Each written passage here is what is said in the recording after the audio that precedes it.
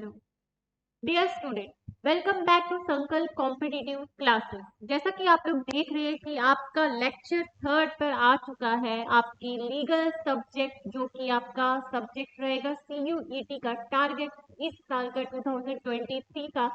जैसा कि आप लोग यहाँ देख रहे हैं कि थर्ड लेक्चर आपका स्टार्ट हो गया है, तो आपका जो थर्ड लेक्चर है वो आपका फर्स्ट यूनिट से रिलेट करेगा।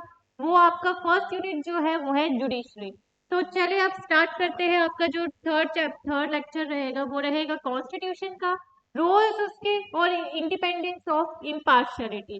तो सबसे पहले मैं आप लोग को ये बताना चाहूंगी कि हमारी कॉन्स्टिट्यूशन ऑफ इंडिया वो है क्या। वो एक बुक है, वो एक टेम्पलेट है, पैम्पलेट है या लेजिस्लेशन है, किताब है, कैसी है, बियर एक्ट है, कहाँ से आई है, वो हमें आपको यहाँ पे लेकर आई हूँ। जैसा कि आप लोग देख रहे हैं कि कॉन्स्टिट्यूशन ऑफ इंडिया कुछ इस तरह से दिखाई देता है।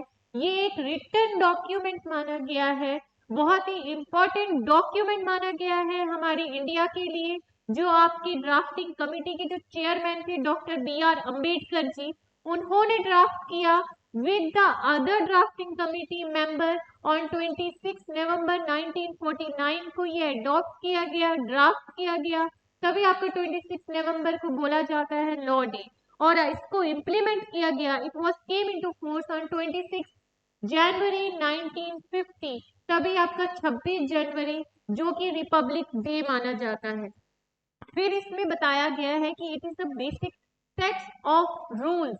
इसमें आपके बेसिक रूल्स बताए हुए हैं जो हमारे constitution. It also give us the guidelines on how the government are framed, how the leaders are elected, and how the leaders and the laws are made, and how the judiciary and the other part dispute को settled किस तरह से करती है। ये सारे basic जो sets है आपके रूल्स के, वो आपके सारे के सारे हमारे कॉन्स्टिट्यूशन ऑफ इंडिया में दिए हुए हैं। It also tell us what powers of the various offices should process, and it also contains some national goals जो है उनके, सच एज जो हमारे नेशनल गोल्स हम बोले जाते हैं डेमोक्रेसी, सेकुलरिज्म और सोशलिज्म।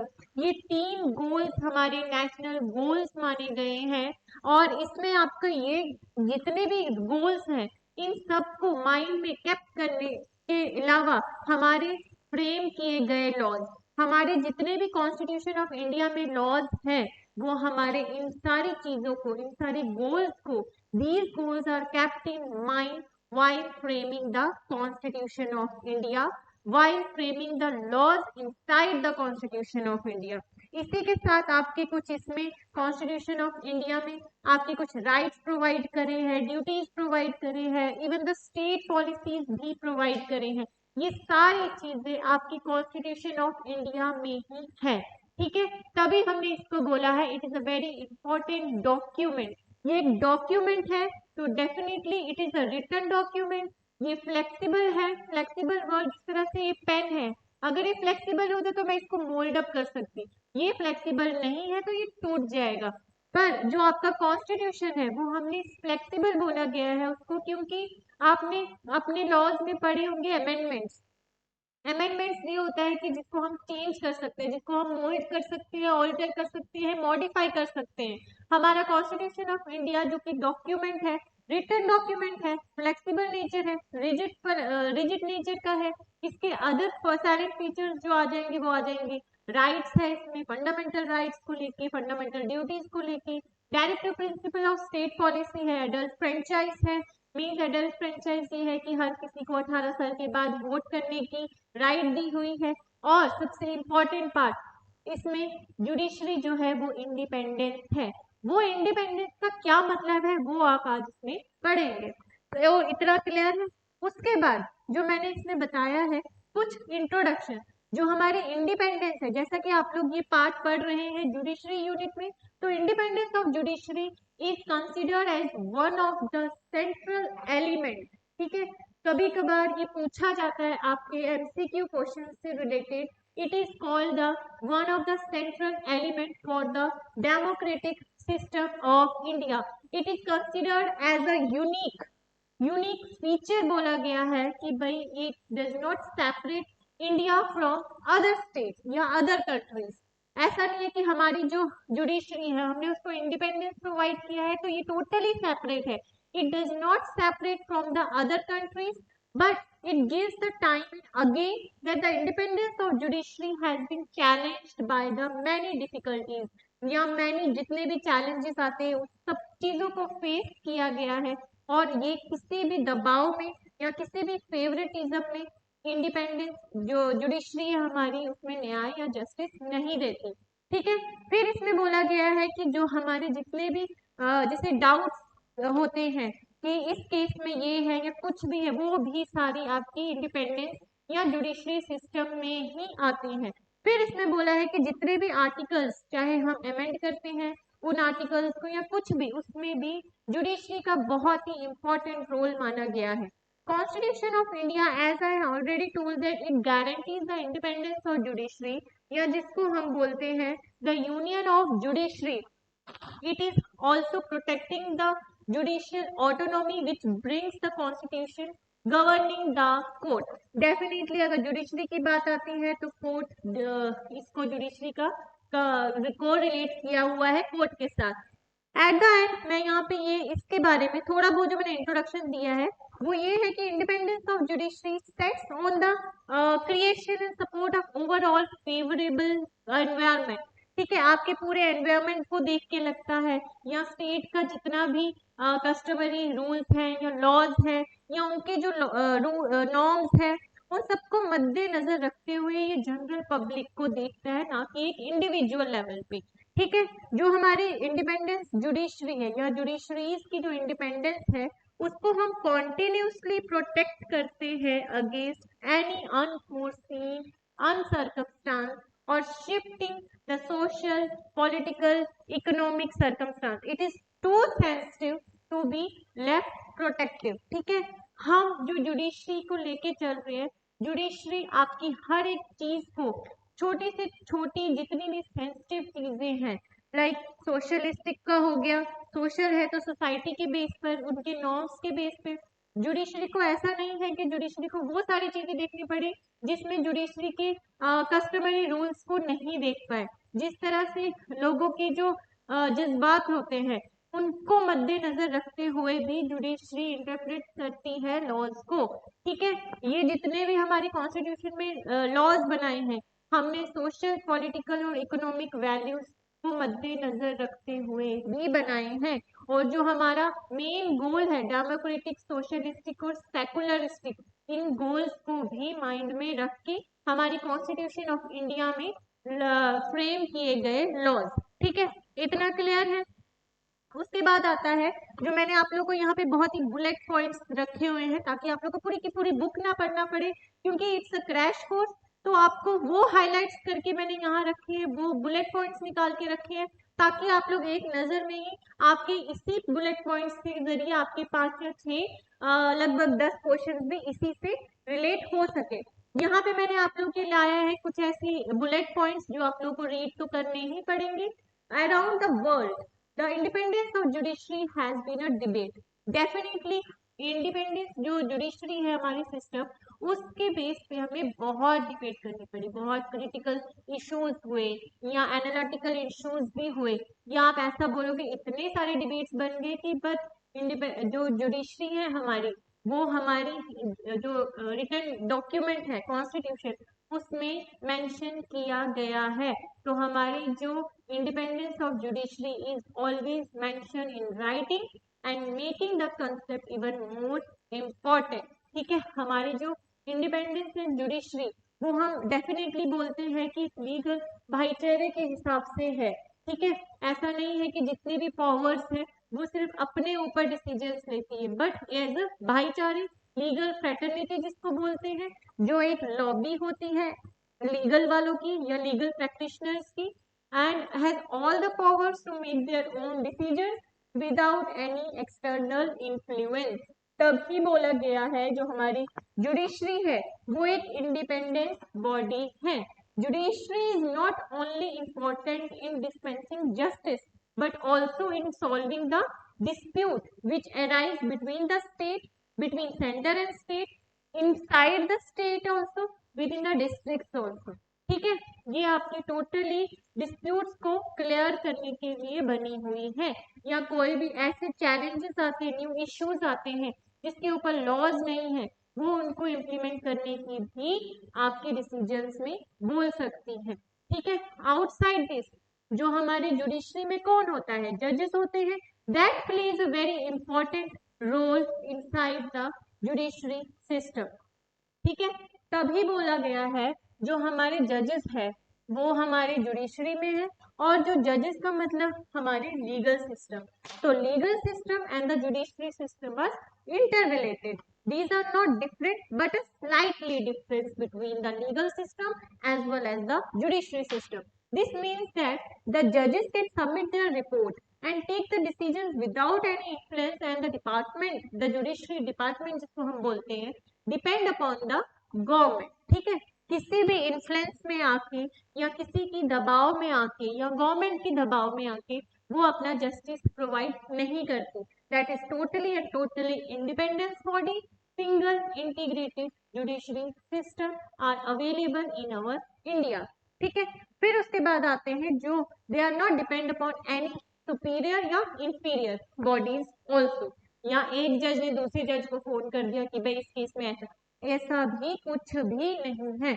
जिस तरह मैंने आपको पहले से बताती आ रही हूँ, अब तो याद भी हो गया होगा कुछ बच्चों को, कि हमारी जो इंडियन जुडिशरी सिस्टम है वो part 5 of the Indian constitution से डील करता है, जिसको हमने नाम दिया है द यूनियन जुडिशरी। उसके बाद जो इंडिपेंडेंस ऑफ जुडिशरी है starts with the appointment of the जजेस। डेफिनेटली पहले आप थोड़ा इन जुडिशरी सिस्टम के बारे में पढ़ेंगे। तो सबसे पहले जुडिशरी सिस्टम में आने के लिए आपको जजेस की अपॉइंटमेंट तो करनी पड़ेगी, तभी हमारा जो स्टार्ट किया हुआ है वो अपॉइंटमेंट ऑफ जजेस इन द कोर्ट से ही स्टार्ट किया है, जो आपका डील करता है, I again repeat here, 124 article से 147 article of the Indian constitution deal करता है आपका सुप्रीम कोर्ट के powers, regulations, appointments, training, removal. और आर्टिकल 214 से 231 डील करता है आपकी appointment, power, function of the high court also, which was also declares in the constitution of India. Further अब रही बात सबॉर्डिनेट कोर्ट, जो अपने हायरार्कीज में भी पढ़ा, वो डील करता है आर्टिकल 233 से 237 ऑफ द इंडियन कॉन्स्टिट्यूशन के अंदर। ठीक है, फिर जो हाईएस्ट सबॉर्डिनेट कोर्ट में जो आता है वो है आपका कोर्ट ऑफ डिस्ट्रिक्ट जज। अब जैसे कि आप लोगों ने पढ़ा कि ऑल द सुप्रीम कोर्ट, जितने भी कोर्ट्स हैं उनकी जो सुप्रीम है या हाईएस्ट कोर्ट है, that is a supreme court. अब रही बात सबॉर्डिनेट कोर्ट्स, तो बहुत सारे हैं, तो सबॉर्डिनेट कोर्ट्स का भी कोई हाईएस्ट वन तो होगा ही, वो है आपका डिस्ट्रिक्ट कोर्ट ऑफ डिस्ट्रिक्ट जज का। ठीक है, the framers of the constitution here divided the judiciary, legislature and executive part in a different sense of part। ठीक है, तो कॉन्स्टिट्यूशन के ये जो 3 ऑर्गन्स हैं ये डिफरेंट डिफरेंट काम करते हैं, ये हमारे इंश्योर्स करते हैं that the each organ will perform its role independently without interfering each other's body या without interfering each other's functioning, but step by step चलते हैं। ये नहीं है कि जुडिशरी इंटरफेयर करेगी लेजिस्लेचर में कि भाई ये किस तरह से रूल्स बनाए हैं, कौन से लॉज बनाए हैं, ऐसा कुछ नहीं है। जुडिशरी का जो काम है वो ये है टू इम्प्लीमेंट द लॉज, और एग्जीक्यूटिव का ये काम है कि उस जितने भी लॉज बनाए हैं legislature में, without interfering the legislature part, its work and function is to execute the laws। ठीक है, ये इतना क्लियर है आपको। ये सारी चीजें जो भी दी हुई है that was the principles of the constitution was mentioned in the preamble of the constitution। अब बात preamble की आई है, तो preamble के बारे में तो मैं आपको जरूर बताना चाहूंगी। तो जो हमने नेक्स्ट स्लाइड बनाई है वो प्रियम्बल के बारे में है। तो ये रहा आपका preamble, preamble of the constitution. Preamble क्या होता है? प्रियम्बल, ठीक है, प्रियम्बल का बेसिकली है द शॉर्टकट पेज, एक डॉक्यूमेंट या एक पेज जिसके जरिए आपको पता लगता है कि हमारे कॉन्स्टिट्यूशन ऑफ इंडिया में क्या क्या है। लेकिन अगर जैसे कोई भी बाहर से आ गया, वो पूरी की पूरी बुक नहीं पढ़ेगा, सिर्फ एक प्रियम्बल के जरिए वो समझ सकता है कि कॉन्स्टिट्यूशन ऑफ इंडिया की किताब में जो रिटन डॉक्यूमेंट है उसके अंदर क्या क्या लिखा है। ठीक है, प्रियम्बल आपका स्टार्ट होता है we the people of India, that implies it applicable to all the citizens of India. ठीक है, having solemnly resolved to constitute India into a sovereign, socialist, secular, democratic and Republic. ठीक है, ये मैंने shortcut में रखा है, ये आपको क्रोनोलॉजिकल ऑर्डर में भी याद करना है, और इसको याद करने का जो मैंने ट्रिक रखा है वो रखा है SPDR। अब रही बात एस, तो तीन वर्ड्स में एस आता है, तो इस थ्री एस को याद करने के लिए है कि अगर किसी बच्चे को डिक्शनरी पढ़नी आती है, तो डेफिनेटली आती होगी, बहुत ही स्मार्ट बच्चे हो आप लोग, तो अगर आप लोगों को डिक्शनरी पढ़नी आती है तो डिक्शनरी के हिसाब से सेकुलर पहले आएगा, सोशलिस्ट बाद में आएगा, और थर्ड नंबर पर आएगा। अगर आप डिक्शनरी वाइज पढ़ो तो आपको ये उल्टे हिसाब से पढ़ना है। उल्टे हिसाब से it's just a trick to remind the chronological order of the first line of your preamble. हमेशा इससे रिलेटेड एक एमसीक्यू क्रोनोलॉजिकल से आता ही आता है, या तो ये क्रोनोलॉजिकल ऑर्डर, या तो जस्टिस, लिबर्टी, इक्वालिटी, फ्रेटर्निटी। ठीक है, जस्टिस, लिबर्टी, इक्वालिटी, फ्रेटर्निटी, इनका क्रोनोलॉजिकल ऑर्डर इतना क्लियर है। Sovereign, supreme authority, socialist means society को मद्देनजर, सेकुलर कोई भेदभाव नहीं, कोई रंग जाति नहीं, कोई रिलीजन नहीं, कोई कास्ट को लेके नहीं चलता, डेमोक्रेटिक डेमोक्रेसी है डेफिनेटली, और रिपब्लिक भी है। ठीक है, इन वर्ड्स का ये मतलब। फिर आती है बात जस्टिस। जस्टिस जो हमारी जुडिशरी सिस्टम प्रोवाइड करती है, जुडिशरी सिस्टम का ये है कि वो जो जस्टिस जो न्याय प्रोवाइड करती है वो on the basis of social, economic और पॉलिटिकल बेस पर ही देती है। ठीक है, फिर आ जाती है लिबर्टी। डेफिनेटली आपकी जो कॉन्स्टिट्यूशन है, या आपको जो इंडिया में एक डेमोक्रेटिक कंट्री बोला जाता है, वो ये है कि हमें लिबर्टी प्रोवाइड की है of thought, expression, faith, believe. ठीक है, ये सारी चीजों में हमें लिबर्टी प्रोवाइड किया गया है हमारी कॉन्स्टिट्यूशन में, और इक्वालिटी ऑफ द स्टेटस और अपॉर्चुनिटी। ठीक है, उसमें भी ये बेसिकली आपका फंडामेंटल राइट में भी आता है, राइट टू इक्वालिटी, आर्टिकल 14 के तहत, जिसके माध्यम से आप लोग इसको बहुत ही ब्रीफ में पढ़ेंगे। तो it's just a preamble, preamble में आपका शॉर्टकट ऑफ द कॉन्स्टिट्यूशन है।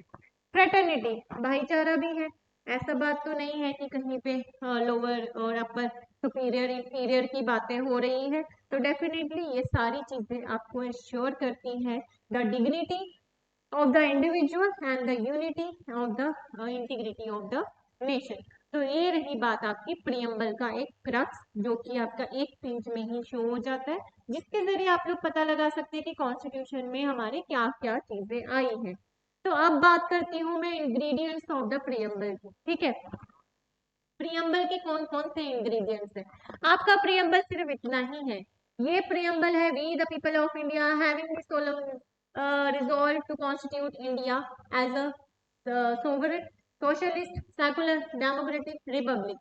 आप ये देख सकते हैं कि ये वर्ड्स भी कितनी हाईलाइट और कैपिटल लेटर में लिखा हुआ है। ये आपका एक कॉन्स्टिट्यूशन ऑफ इंडिया का प्रियम्बल है, the shortcut of your constitution. इसी से रिलेटेड आपके चार इंग्रेडिएंट्स या कंपोनेंट्स निकाले हैं। सबसे पहले source of authority of the constitution. क्या सोर्स है? Which was already mention that the constitution derive it's power from the people of India. ठीक है, इससे रिलेटेड भी आपका एक एमसीक्यू बनता ही बनता है। तभी मैंने इसमें आप लोगों के लिए सिर्फ बुलेट पॉइंट्स लाए हैं, ताकि आप लोग का एमसीक्यू, या आप ये जो क्रैश कोर्स कर रहे हैं संकल्प कॉम्पिटिटिव क्लासेस में, आप बहुत ही इजी वे में आप अपना सीयूईटी का सब्जेक्ट, लीगल सब्जेक्ट में क्रैक कर सके। ठीक है, nature of the Indian constitution, nature of the Indian state, Indian constitution का डेफिनेटली एस3डीआर मैंने शॉर्टकट रखा हुआ है, जिसमें आपका आता है सॉवरेन, सोशलिस्ट, सेकुलर, डेमोक्रेटिक और रिपब्लिकन स्टेट है हमारी। इन्हीं चीजों को लेकर, जिसको हम बोलते हैं कि जो हमारे गोल्स हैं, ठीक है, हमारा जो नेचर है इंडियन कॉन्स्टिट्यूशन का, इन्हीं चीजों के माध्यम को लेकर, इन चीजों को it was kept in the mind, so we are framing the constitution, the drafting committee has framing the constitution's law and framing the laws in the constitution. ठीक है, the main objectives of the constitution का definitely यही है, justice, liberty, equality and fraternity. और जो date provide करी थी, इसमें बहुत सारे बच्चे बहुत ज्यादा कंफ्यूज हो जाते हैं और जिसकी वजह से नंबर नहीं आ पाते। सबसे पहले इट वाज एडॉप्टेड, ठीक है, बहुत बारी पूछा जाता है the constitution date of adopted या कॉन्स्टिट्यूशन डेट या ड्राफ्टेड, ठीक है, ये जो वर्ड्स हैं इन्हीं के बेस पे आपके एमसीक्यूज के आंसर्स चेंज हो जाते हैं।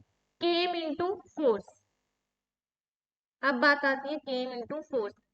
एडॉप्ट किया गया 26 नवंबर को, ठीक है, या ड्राफ्ट किया गया 26 नवंबर 1949, 1949, केम इनटू फोर्स ऑन 26 जनवरी 1950।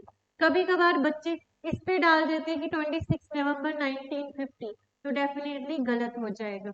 तो ये आप लोग का बहुत ही इजी तरीका है कि आप इसको याद कर सको, ठीक है, ताकि आप लोग अपने एमसीक्यू या अपने लीगल सब्जेक्ट में एक लॉ के कोर्स के लिए एलिजिबल रहो, ठीक है।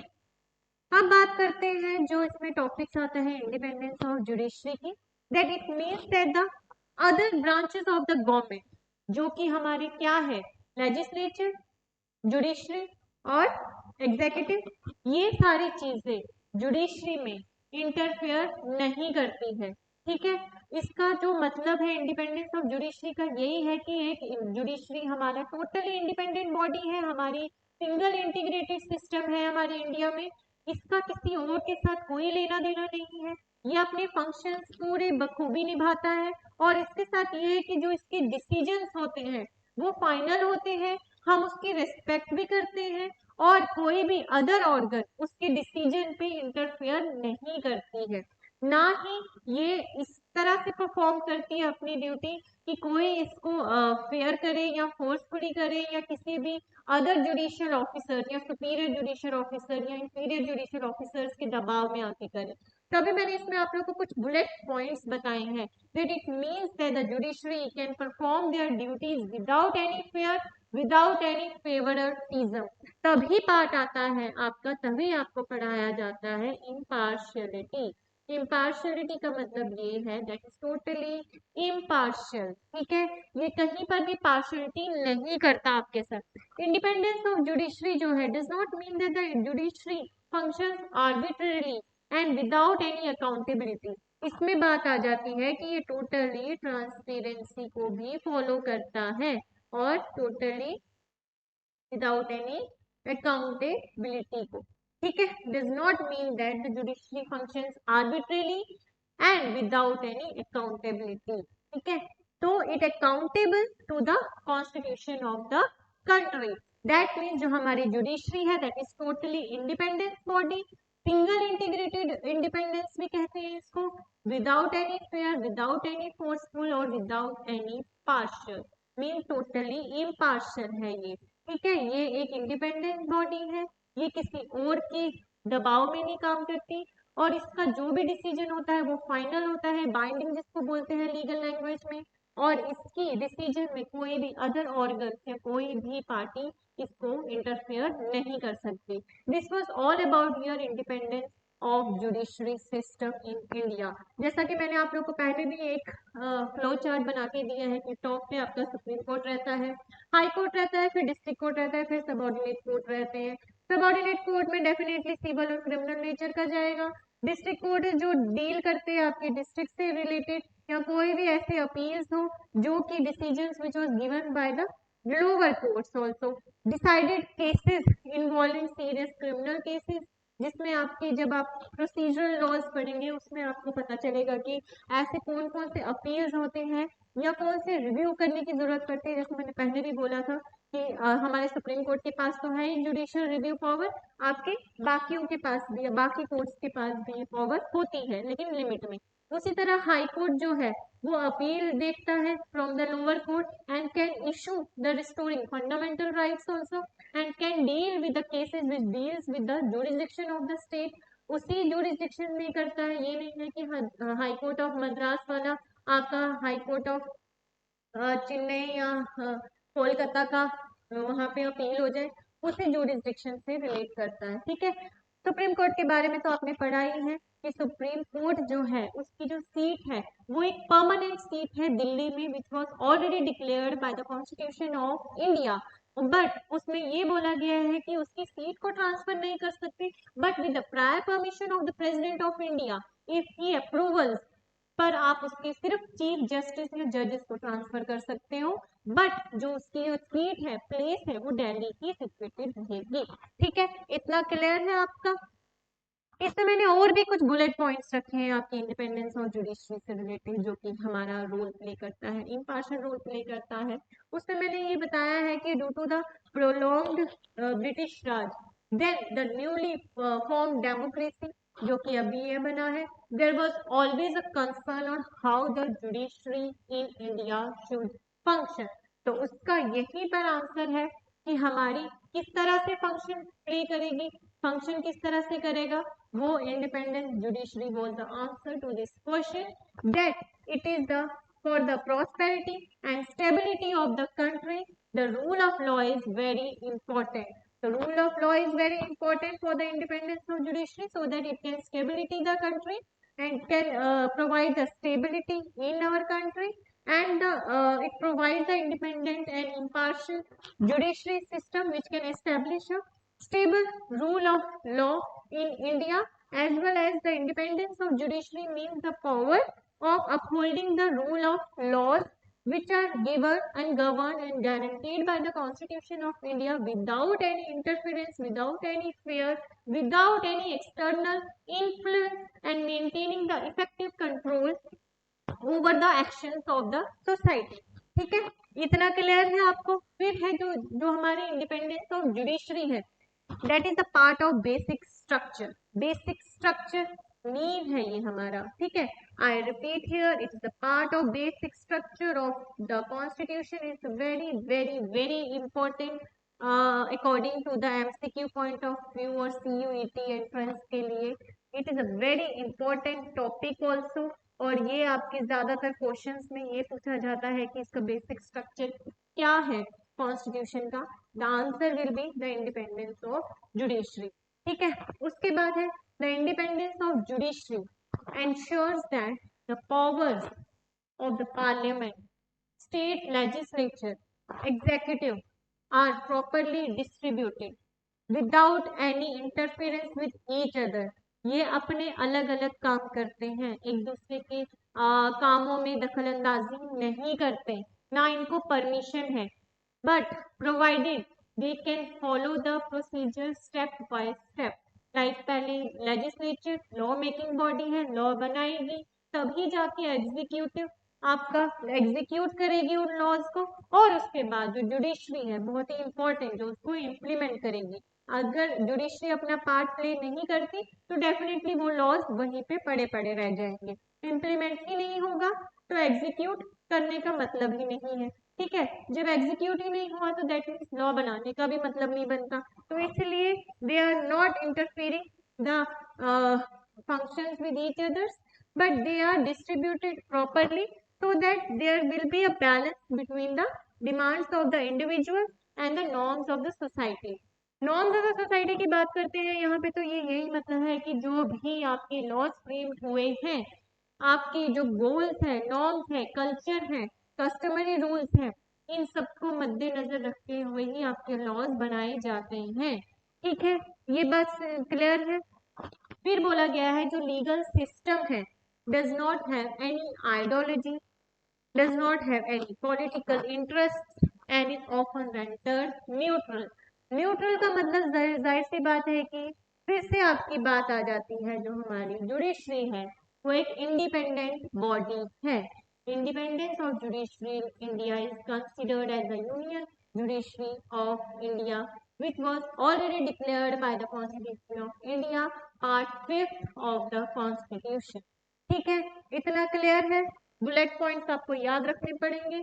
फिर इसके बाद मैंने कुछ आपके लिए क्वेश्चंस प्रोवाइड करे हैं, कुछ प्रीवियस ईयर के क्वेश्चंस भी आप लोगों को प्रोवाइड कर दिए जाएंगे। आप कमेंट सेक्शन में लिख दीजिएगा और आपके इसमें लिंक में भी बता दिया जाएगा कि हमारे प्रीवियस ईयर क्वेश्चंस या इससे रिलेटेड जिस तरह से क्वेश्चन पूछे जा सकते हैं वो भी कहाँ पर आपको मिल जाएंगे। इसमें सबसे पहले क्वेश्चन जो मैंने आप लोग के लिए यहाँ पे लाया हुआ है, what are the main sources of law in India. जाहिर सी बात है कॉन्स्टिट्यूशन तो है, कॉन्स्टिट्यूशन से लेते हो आप स्टैट्यूट्स जिसको हम लेजिस्लेशन या एक्ट्स भी बोलते हैं। कस्टमरी लॉ की बात करें तो ऑब्वियसली सोसाइटी के नॉर्म्स वैल्यूज को भी मद्देनजर रखते हुए लॉज बनाए जाते हैं। और जुडिशियल डिसीजंस जो मैंने बोला वो क्या है source, we can interpret the laws. Definitely ये सारे के सारे ऑप्शंस करेक्ट हैं, तो ऑल ऑफ द अबाउट ही आंसर आएगा। ठीक है, what are the idea of the preamble of the constitution in India. क्या था वो, हमने आइडिया कहाँ से लिया। जो मैंने आपको पहले ही बोला है कि हमारा जो कॉन्स्टिट्यूशन है that was based upon the common law model. ठीक है, हमने जो वर्ड्स लिए हुए हैं या कुछ साइलेंट फीचर्स में या हमारे प्रियम्बल में जो वर्ड्स आए हैं सेकुलरिज्म और रिपब्लिक आ गया, ये हमने बोरो किए गए हैं। बोरो किया है तो हमने जो प्रियम्बल का आइडिया लिया जहां से हमें शॉर्टकट पता चले कॉन्स्टिट्यूशन का, वो हमने यूएसए से बोरो किया है। ठीक है, फिर मैंने बोला है कि फिर से जो मैं बोल रही हूँ, the basic structure of the constitution. अगर यहाँ सुप्रीम कोर्ट होता तो सुप्रीम कोर्ट की बात आ जाती, बट जो एसेंशियल एलिमेंट बोला है बेसिक स्ट्रक्चर और पार्ट जो है वो है independence of judiciary. Basic elements means ingredient, तो ये आपका प्रियम्बल पार्ट आ जाता है। ठीक है, और कुछ क्वेश्चंस आपके लिए लाके रखे हैं मैंने यहाँ पे, the under constitution of India in whom the sovereignty lies. Definitely जो सोवरेनिटी लाई करती है वो द पीपल पे करती है। ठीक है, क्योंकि हमारा प्रियम्बल आपको स्टार्ट यही कहता है, we the people of India, तो the people will be the correct answer for this question. What is the correct chronological order. जो मैंने आप लोगों को अगर इसका फर्स्ट पार्ट वाला पूछा होता, फर्स्ट लाइन का पूछा होता, तो डेफिनेटली आपका S3DR वाला जो मैंने ट्रिक बताया था, इसमें आप लोग को याद करना पड़ेगा justice, liberty, equality and fraternity will be your chronological order for this correct answer. Chronological order आपको हमेशा एक क्वेश्चन पूछा ही जाता है, इसमें आपको ये याद रखना पड़ेगा, हमेशा क्रोनोलॉजिकल ऑर्डर में याद करना। फिर मैंने इसमें भी बताया, पूछा है कि what are the following words which is not included in the preamble of the constitution. इसमें जितने भी आपके वर्ड्स, जिस तरह से ये वाले वर्ड्स आ गए या S3DR जो कहता है आपका sovereign, secular, socialist, democratic, Republic जैसे वर्ड जो यूज किए गए हैं सिर्फ प्रियम्बल में, प्रियम्बल में जो जो वर्ड्स यूज किए गए हैं और आपके ऑप्शन में जो नहीं यूज किया होगा उसको आपको करेक्ट करना है। जरूर ये हमेशा पढ़ना विच इज नॉट इंक्लूडेड। आप जब भी कोई क्वेश्चन पढ़े उसको हमेशा दो बारी पढ़ना। कभी कभार बच्चे ये मिस कर देते हैं तो इंक्लूडिंग में वो आंसर गलत कर बैठते हैं। तो ये रहा पार्ट आपका इंडिपेंडेंस ऑफ जुडिशरी का, कॉन्स्टिट्यूशन से रिलेटेड उसका, इंडिपेंडेंस ऑफ जुडिशरी और उसकी इम्पार्शियलिटी का। और बेसिकली जो आपके मेथड्स हैं वो यही है। इम्पार्शियलिटी का मतलब ये है कि हमारी जो जुडिशरी है वो टोटली इंडिपेंडेंट है। वो इम्पार्शियलिटी ये है कि वो जितना उसका टेन्योर है वो उतना ही रहेगा, उसका टेन्योर फिक्स है, उसका जो रिटायरमेंट के बाद वो प्रैक्टिस में नहीं जाएंगे, और ये ट्रांसपेरेंसी को लेके चलता है and was totally accountable in nature and does not perform their duty in any sphere and with considered a favoritism। तो हमारी जो जुडिशरी है वो टोटली impartial है। So these was the crux and the bullets regarding your judiciary part of the third topic. Thank you so much.